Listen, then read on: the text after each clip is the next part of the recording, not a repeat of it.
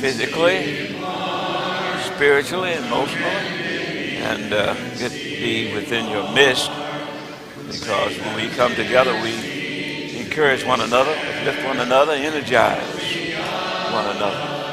We've been studying the book of Revelation. We're getting ready to start chapter number 10 today, but I did want to do a quick wrap up on chapter 9. Then we get going. I wanted to make you known of some material that's available in our library on the book of Revelation. I checked this one out and looked at this one. It's called The Vision of the Ages by B.W. Johnson. It was a seminar type thing, and all the various speakers were giving their insights on the book of Revelation.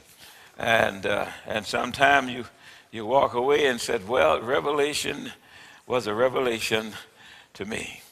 But I hope we've gotten something from it as far as the 7 churches of Asia, talking about all the different ones, the Ephesus and all the other, Laodicea, Smyrna, and all of the others, of how we could learn from them and how we could continue the good things that they had displayed, and also to kind of get away and avoid all the bad things that they had shown. So that's a lesson from us. If you don't get anything else out of that, you ought to get about the churches of Asia, those 7 that were mentioned there, even though we know that there are quite a bit more in that part of the world, as far as that Roman kingdom and world was concerned. We're in the book of Revelation. If you don't mind, turn with us, please. And the last time, we're going to fix it on up about the 6th trumpet and move forward from there just by way of recapping. All right, we talked about the 6th trumpet blowing. That's from verses 13 to 21. Right? I think that's the case. And about the 4 angels. All right, we talked about the army. But look at verse 14. This is truly significant. Saying to the 6 angels which had the trumpet, loose the 4 angels which are bound in the great river Euphrates. Now we understand the Euphrates important landmark as far as that's concerned. You know, you're coming out of the book of Genesis, and you think about Adam and Eve being over in the garden, and you off around in that area, springing out forth from it. It's a very fertile place, and this is where you're going to find the addressing of that particular region, that part of the Roman world, and how it was such a beautiful place before, and a quite pleasant place. God had them over around in that area so that they can be fruitful and multiply and really enjoy life. Now this place around, gathered around, centered around the Euphrates is very, what you want to call a war-torn place. It was always constant conflict. This taking over this one taking over that one. People invading and taking over people. So if you look at that Euphrates, keep that in mind. We're looking at on the Egypt area and Asia, all up around in there. And then we see all of the coming conflicts for the war is concerned. So when you look at the Euphrates, think about that, because God intends for us to think, to see about what's happening as he revealed to John, who was in the Spirit on the Lord's day. He was moved by the power of God to be able to see some things and be able to hear some things and to write some things so that he could be an encouragement unto those who were living at that time, and also to encourage those who would be living in centuries to come. So we got some things happening all the way from the 30s, all the way from the 70 ADs on upward. And now, as most people would say, history would say that we're getting closer and closer to that, towards the ending of the Roman Empire altogether. So let's take a look at that in chapter number 9 and get to 10 right quickly. Talked about the army and about the horses, about how they were breathing fire and had the crowns on their heads. You're talking about people who are coming forward and conquering other people, okay? And that's just a quick wrap up, and as far as doing that's concerned. Now here's what it is. Some of them were destroyed, but yet some remained. We've talked about all that time by a third in this. And I told you about my friend Chuck Katzel, and he always simply said it just means an amount or a part of something, but not something directly 33.5% as we would be thinking. But look at verse 20.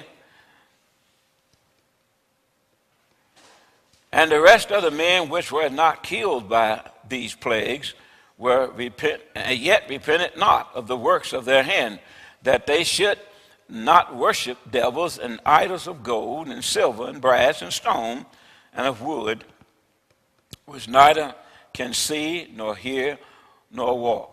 So the ideal of it is that during this time God was punishing, God was cleansing, because there was a lot of idolatry going on at the time.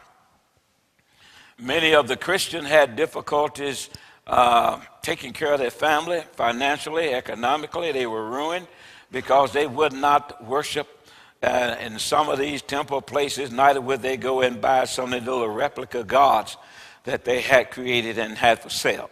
So now they got into little problems here, right? But the rest of mankind, he destroyed a lot of them. Off in this book, he talked about Muhammad up around this area, about 600 plus AD, and how that was a part of this as we're moving rapidly through time as far as history is concerned and what we can see. But I hope that you get that little pamphlet I sent to you about the little outline about the amillennialism, premillennialism. Send it to you in an email. Did y'all get that? Well, I take it to me. You probably got it, but you didn't look at it, right?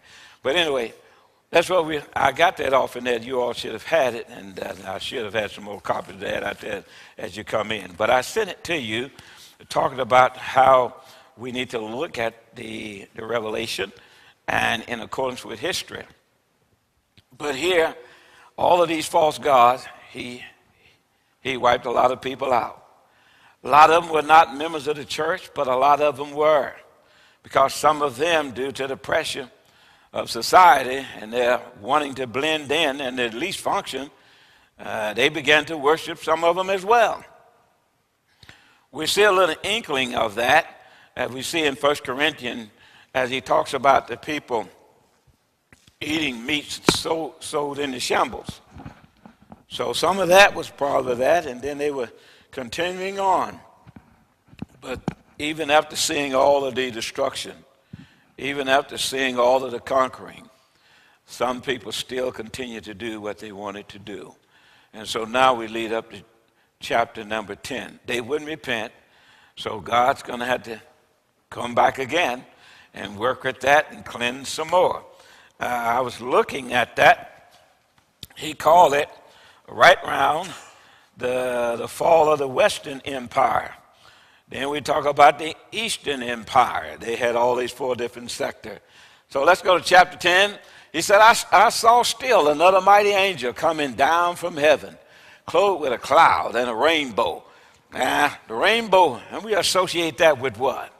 I mean, you think about a rainbow, what are you thinking about? I mean, rainbows, not too many times it's mentioned in the Old Testament or the New, but when it was often mentioned about God keeping his promises and keeping things together, right? So he said, but this angel is coming out of there, clothed with a cloud, and a rainbow was on his head.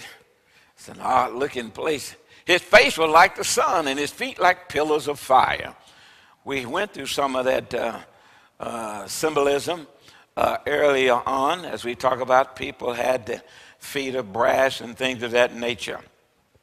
So what we're looking at, when we talk about angels, we are talking about people who are coming across and things are happening to God folks here up on this side of time.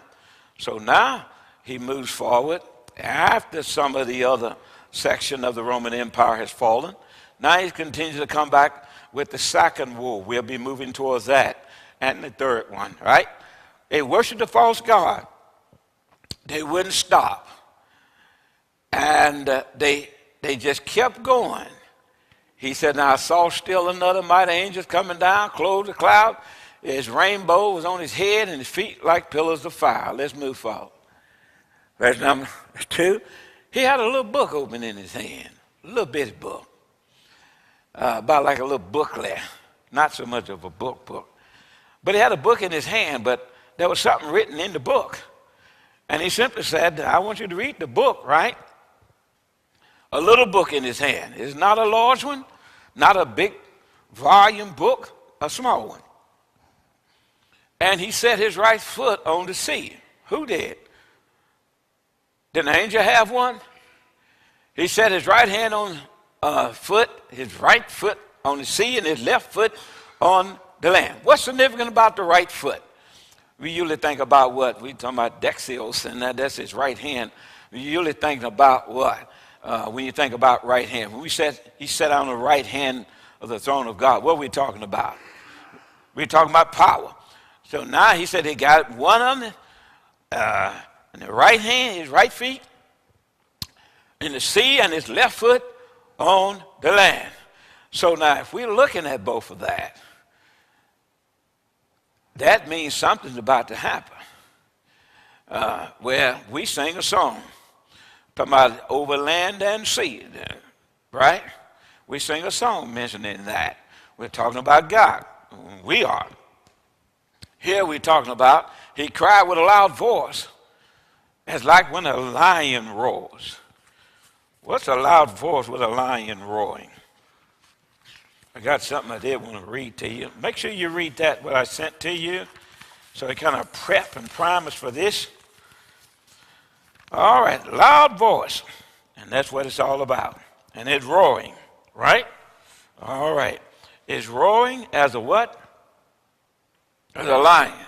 So I don't know about you, but if I hear something thundering and uttering their voices about it is right, he said, I want to hear about you now. Let's go back to 3.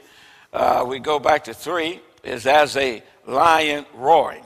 And I don't know about you, but if I ever hear a lion roaring and it's not behind some kind of bars, I think I'm about ready to try to make a move somewhere, try to get out of the way. But here it is. This person's coming. He's got a roar and he's got a voice. If we can get back to that 3, can we get that? Now, can we get back to that 3? Well, let me read 3 here. Revelation 10:3. This is what it says. And he cried with a loud voice, as when lions roared. And when he had cried, 7 thunders uttered their voices. Who had done that? Well, we got this. Cried with a loud voice, and when a lion roared, as when a lion roared. What happened? And when he that cried, 7 thunders uttered their voices. So now they start talking. As when a lion roars. That ought to be enough to get your attention. We're often told about we ought to be ready and avoiding that the devil as a roaring lion. He's walking about seeking to do what? To devour. So the ideal of it is that destruction is coming. He pronounced 1 woe. We have 2 more to go. When he cried out, 7 thunders uttered their voices. So now we know some more bad things about to happen, some more infighting about to happen within this Roman kingdom, within this civilization. How many of you have ever read The Rise and Fall of the Roman Civilization? Well, you probably read it. You'd be like me. I went through it quickly, but anyway, I got a little something out of it. But here it is. It's about to be some more conflict, more destruction, another part of Rome falling away. So God's working on it. Roman Empire, field of idolatry, would not stop. So God used other people to do just that.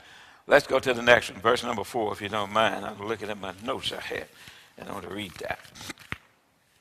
All right, we got all of this thunder. We got all of this lightning. When you read the book of that, 7, what's the emphasis of 7? Completeness. So God's going to do that. And before we get to that one, I want us to understand right now is that when God talks about the lion roaring, Isaiah 5:21, I want you to look at that when you get a chance, and Ezekiel 22, verse number 25. If we start looking at how they start talking about people being overrun and how war is about to take place, I want you to keep that in mind as well. 7, he got it up in the air, and we got it about to go. Let's look at Exodus 9:33 and 34. Exodus 9:33 and 34. Exodus 9:33, 34.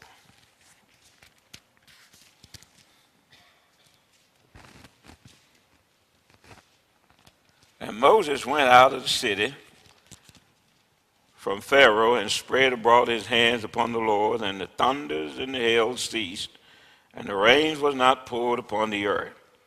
And when Pharaoh saw that the rain and the hail and the thunders were ceased, he sinned yet more and hardened his heart, he and his servants.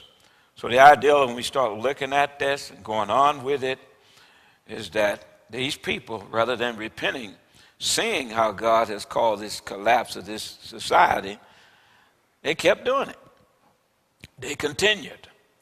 And so if you continue it, sooner or later, God's going to get you.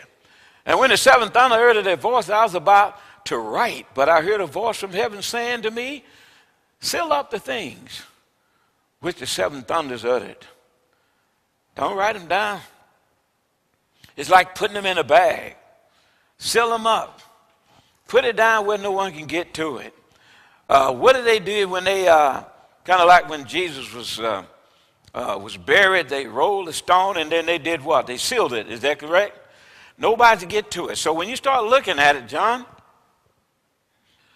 put this in a bag, seal it up, keep it to yourself, and don't let anybody else know about it, so don't even write it.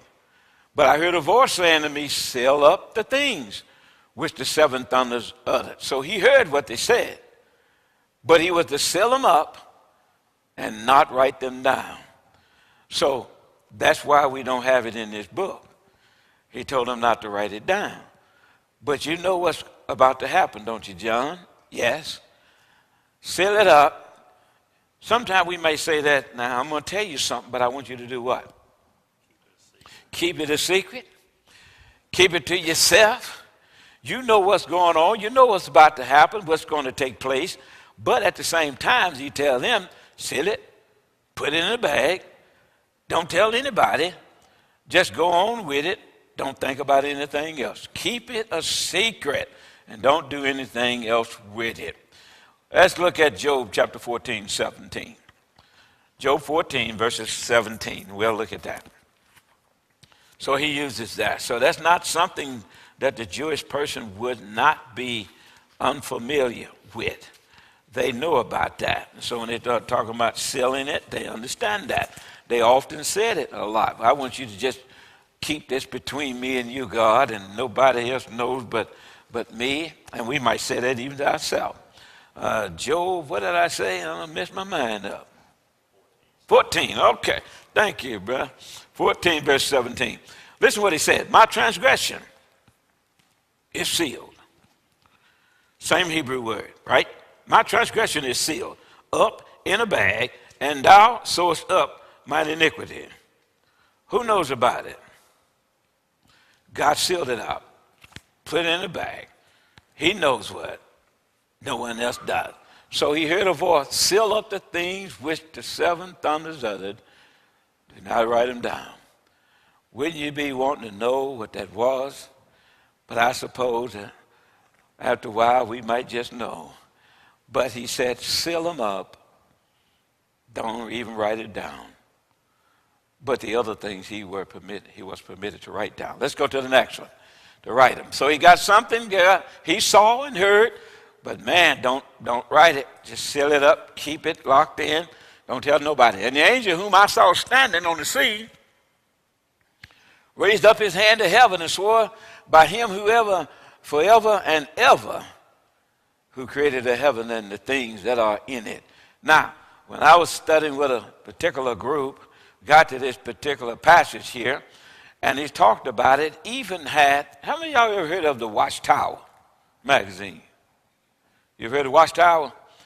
So the idea of it was, when I was studying with them, as I did come out in the Watchtower, and they had this big old thing, and all the lines and things rolling on the picture. It was more frightening than anything. And it simply said this, and he had this beast, one foot in the sea, the other foot on the land. And he was talking about this guy coming out of the Far East, and he said he was coming from the Korea area. And he's going to come and really take over the place, and he's getting ready to do it right here and right now. So I'm thinking about people from Korea coming over and really taking over the world and really doing things that they ought not be. But that's what we were taught. This passage, it said he come out of that one land, then over here, and the sea over there, his hand to heaven, and he swore by him who lives forever. And he swore by him who lives forever and ever. Who created the heaven and the things that are in it? And who would that be? And the earth and the things that are in it, and the sea and the things that are in that. There should be delay no longer. Who is that? If that would be who? He think like he had a direct pipeline to Jesus Christ, and that Jesus was telling him, hey, it's about time, it's about place. It's about these people right now who's about to be displaced. And he simply said, the Roman kingdom is crumbling, and it's about that time now. We're sending through another wave. They've been disobedient. We got people running around. And some people will attribute this still to Muhammad taking over, because we got people from Syria, Mesopotamia, we got them from Africa and all of those places. And so the ideal of it is that Muhammad came through all of this time and place, and they would say that that was part of it, and he came through and worked them over at the end of it. Strange stuff, but that's the way people teach when they just take things out of context and out of a whole and make something seem as though it is. So for a long time, people might believe that and still do. But the angel whom I saw standing, he who lives forever and ever, to whom is he referring? He's not talking about long live the king, is he? Then you get on down to this tiny idea about Constantine and Constantinople and all those kind of places he built and stuff. Who is he talking about? Him who lives forever and ever. Who would that be? Yeah, who created the heavens and the things that are in it? Would it be Jesus? And the things that are in it and the sea, who did all of that? He would simply say, listen, and that there should be delay no longer. Now, Jesus already simply said that he's going to bring an end to work with all these people. We find AD 70 being in one part. We find them coming in other skirmishes. And that's why people would say that Christ came more than one time. Well, not literally, no. Through his efforts and will through man, you can say that any day, any minute. You can say Christ coming every minute. But the idea of it is they said Christ was working through and in this. John chapter 1, let's look at it, John chapter 1. That seems like that would be it. In the beginning was the Word. The Word and Word was with God, and the Word was with God. The same was in the beginning with him, right? All things were made by him, and without him was there not what? Anything made that was made. The Colossian letter simply said, it's by him that all things consist. He holds all things together. We know Christ does. And if he decides at this moment that this happens, it happened. If it be decided when God said time is ending, it is. But the ideal of it is that this kingdom, this Roman Empire, is continuing to crumble through his idolatry and through all those things. As you know, we talked about the church at Ephesus, strong church moving forward. But the church at Sardis, some of the others were not. They were involved in a lot of the adultery. They even had that evil lady. What's her name? Jezebel? Yeah, they even had Jezebel even among them. A personality, somebody acting that way, carrying out her kind of principles in life. So they even had that. So it's not looking like we're looking for 2022. These things are already occurring. And it's like John getting a panoramic view of all of it happening before him. We know who God is, but he simply said there should be no delay, no longer. So God is going to fix again. So now we're getting ready to come to the second woes. Let's go to the next one. But in the day of the sounding of the seventh angel, when he is about to sound, the mystery of God would be finished, as he declared to his servants, the prophets. Wait a minute. But in the days of the sounding of the seventh angel, when he is about to sound, the mystery of God would be finished. I think that's a great word, mysterion. Simply means something not known, right? The church was a mystery, right? Not completely known, fully known. The mystery of God would be finished, as he declared to his servants, the prophets. I'll read something. They were talking about these prophets would be some of these false teachers and things here, but at the same time, he would say, these are the people who God had chosen to take over and deal with the little book, the Reformation, as he talks about, this person says in AD 1518. It's amazing how we can just go all over the place.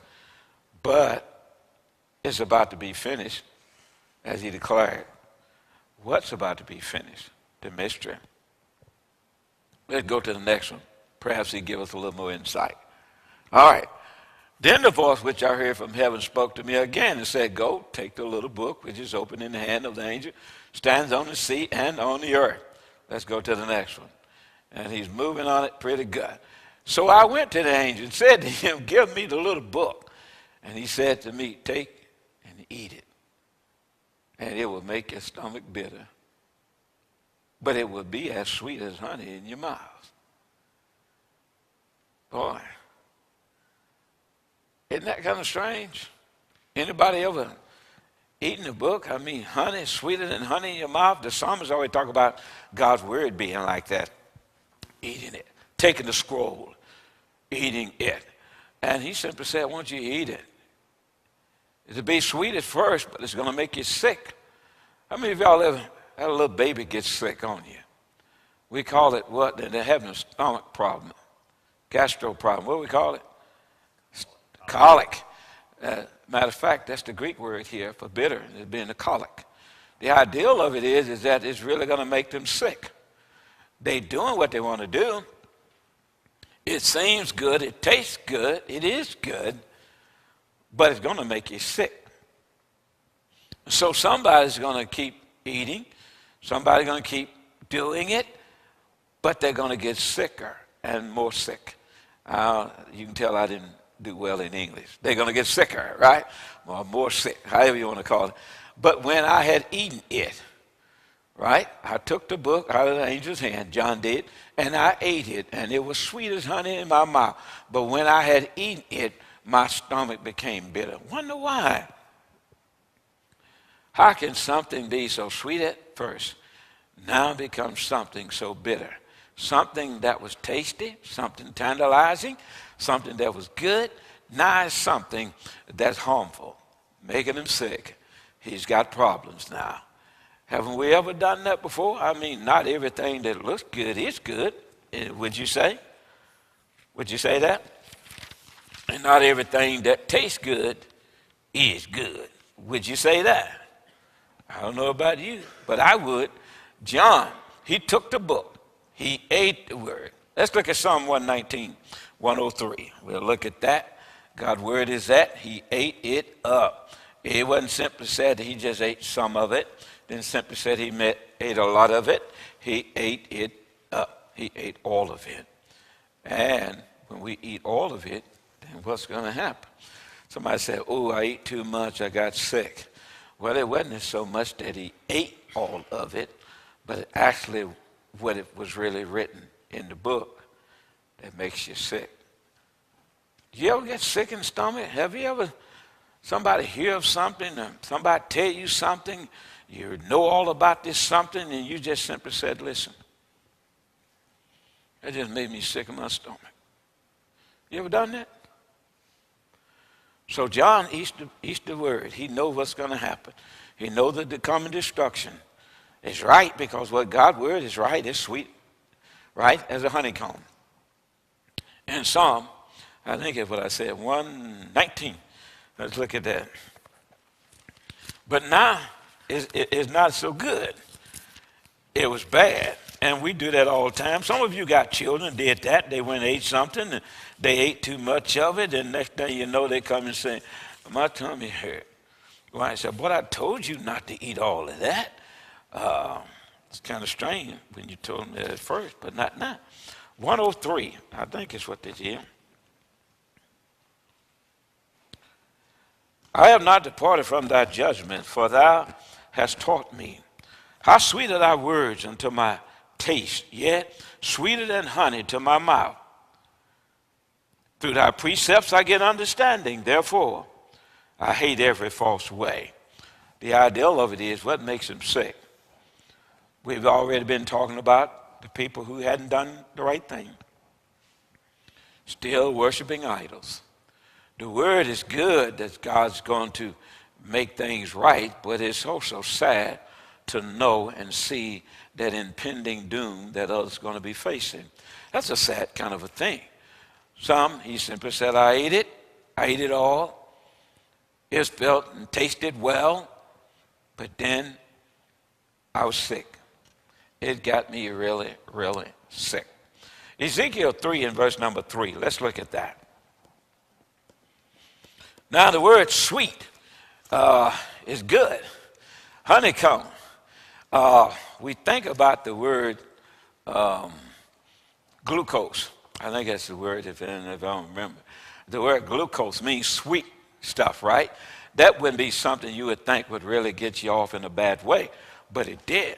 He said it's sweet. God's word is sweet, but I'm sick now. Why? Because I finally really digested what's about to happen, what's about to take place, and it makes me sick. Let's look at that. Ezekiel 3:3. Someone has it for me?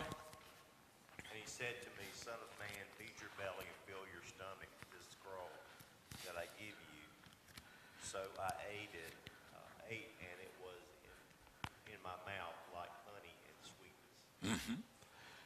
It was in my, you eat the scroll. He ate it. So when Jewish people look, when they start hearing these phrases, they understand what's happening. Now, some of these other people who are not connected with the Lord, they could read something and they say, well, now, what in the world? What they talking about? They understand, right? So the ideal of symbolism that they understood, hopefully the others would get to the know of what God is doing. But when I had eaten it, my stomach became bitter. Sweet, glucose, and then bad. Let's look at Acts chapter 2. You remember that passage where he simply said, these men are drunk with new wine? You recall that passage? Brother Jerry, you remember that?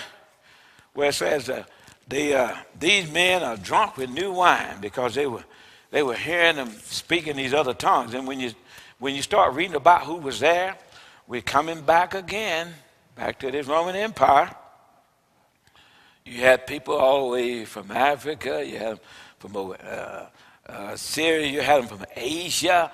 You had them from all these different places, okay? When you find them up down on that Pentecost after the resurrection of Christ. And so he said, all these people coming from all over.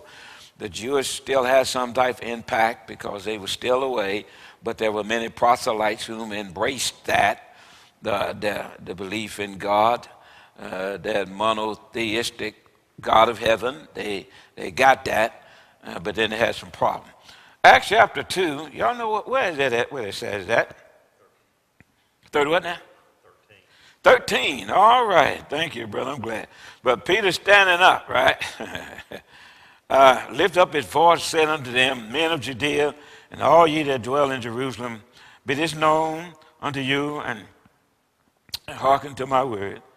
For these men are not drunken as you suppose, seeing it is but the third hour of the day. But they began to simply say that they were drunk. In verse number 13, other mocking, saying, these are full with what? New wine, compound word, glucose, sweet stuff. So it wasn't something that would get somebody off balance. It wouldn't change their system. It wouldn't affect their brain, anything like that. But he simply said it's sweet. They can't be drunk on sweet wine. It's just sweet. But now he's eating it. It tastes good, God's word, but it leaves a bitter taste as far as his stomach is concerned. Let's go to the next one, if you don't mind. And he said to me, you must prophesy again about many people, nation, tongue, and kings. You got to do that. You got to teach. You got to let it be known about what's going to happen. So it wasn't just Jewish people, they're all people within that Roman Empire. So everybody was there. In Acts chapter 2, I think there was a lot of them said they was from all them different places in the world. They was, I think in Acts 2, verse 8, and how hear we every man in our own tongue when we were born, Parthian, Medes. We think about all the different four kingdoms, Medo-Persia, and all of these types of things, right? Countries. The Medes, the Elamites, the dwellers in Mesopotamia and Judea, right? And you got to understand, outside of here now, this is right on the other side of Palestine. It's very close to Euphrates and all up and everything. So, Phrygia, Pamphylia, in Egypt, and in parts of Libya, and Cyrene, and strangers of Rome, Jews, and proselyte Cretes, Arabians. Do we hear them speak in our tongues? So there was a lot of people. Vast Roman world. Many people were there. And so John, there's going to be some tough stuff. Something you don't want me to tell everybody, but you want me to still try to teach people and get them straight and right with you. Right? So John's still living in that time. He didn't stay off in that particular spiritual place all the time, but he got a job. He has the work. He has the role to play. And he said to me, you must prophesy again by many people, nations, kings, right? Now, we know about the kings. Caesar's is gone. We got Vespasian, got Domitian, and all of the rest. And we even got Romulus and Remus, a number of the kings. And all these people are going to be coming, and all these people are going to be going, because their whole kingdom is about to crumble. That was the idea about the Roman kingdom. And then, you know what everybody was wanting to do? They said, well, we thought you were going to come and take care of the Romans for us. He said, no, my kingdom is not of this world. If it was, then my servants would fight. So the ideal of it is they were looking for the destruction and overcoming of the Roman civilization, but they were looking for it from the wrong person. They thought Jesus would bring it up. They've had many insurrections around that time, but they thought Jesus would be the one that brings the final one, that ends this suffrage at the hand of the Roman government. But it's amazing how Jesus used other folks to do just that. He ate it up, prophesied. It's going to be a whole lot. Let's look at Matthew 24, if you don't mind. So, they're looking at the wrong place. Jesus is the king, but not that kind of king. His kingdom not of this world. And I think that's what he said, then will my servants fight. All right, Matthew 24. There was some ideals of false prophets, and everybody coming along teaching. Even some of them even call themselves the Christ. Some of them put themselves up in that position to be the leaders. And this is where some of the other leaders, as such as Muhammad, finally came through and took out a lot of people and really had a lot of folks converted over to what we call Muslim or Mohammedism, and far as that concerned. But he said, you must prophesy again about the many people, the nation, tongues, and the kings. I want you to think about it. It's going to be over. The Roman government won't be oppressive a whole lot longer. Starting, not in our way out, but starting right now. So John encouraged them. It's going to get better. You're going to see a whittling away of their power, their prestige, and you'll be able to have the freedom that Christ had presented to you, not just in heaven, but even on this time, as they oftentimes, God would allow them to do that. One of the greatest ones of the time, I say, the men of Constantine, or dealing with the ideal of Constantinople, and God used various people to bring some peace and tranquility to his people. And as God's people continue to be faithful, it seemed as though that they were moving farther and farther along. But then somebody else will come along, wipe that king out, take away their freedom again. Now they're back at point one. Up and down, yo-yoing. But they're going to make it. They experienced a lot of it. And so John was letting them know, I want you to know, we're going to have some freedom time. Keep fighting. All of this depression will soon be over. That's about it. No, that's not wild, fantastic, way out there on the limb, the way I was looking, but it was just looking at history and just looking at the Bible and John's understanding, who he's supposed to talk with and whom he wants to speak with. So we get the idea now. So they read the letter. Okay, John, we feel it. I want you to know it's good and sweet, but it also makes me sick. I know we're going to go through some tough things, but we're going to make it.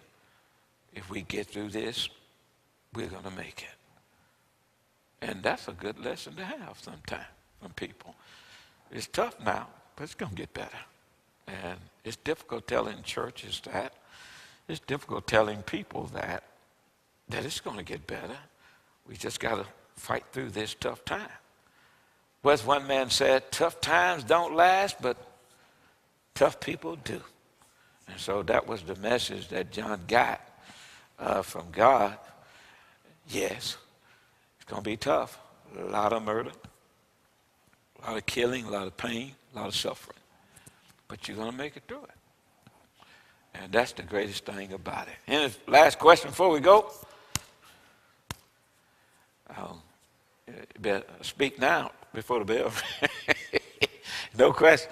All right, I appreciate you listening, and I hope you're getting this ideal of it. Boy, it's a really fascinating book as you sit back and read and look. But I want you to go, when you get a chance, make sure you go and pull out this book from our library and just look at it and bring it out history and all those different things that have taken place as far as God's concerned and how we are dwelling in that world and God making those changes back then and now.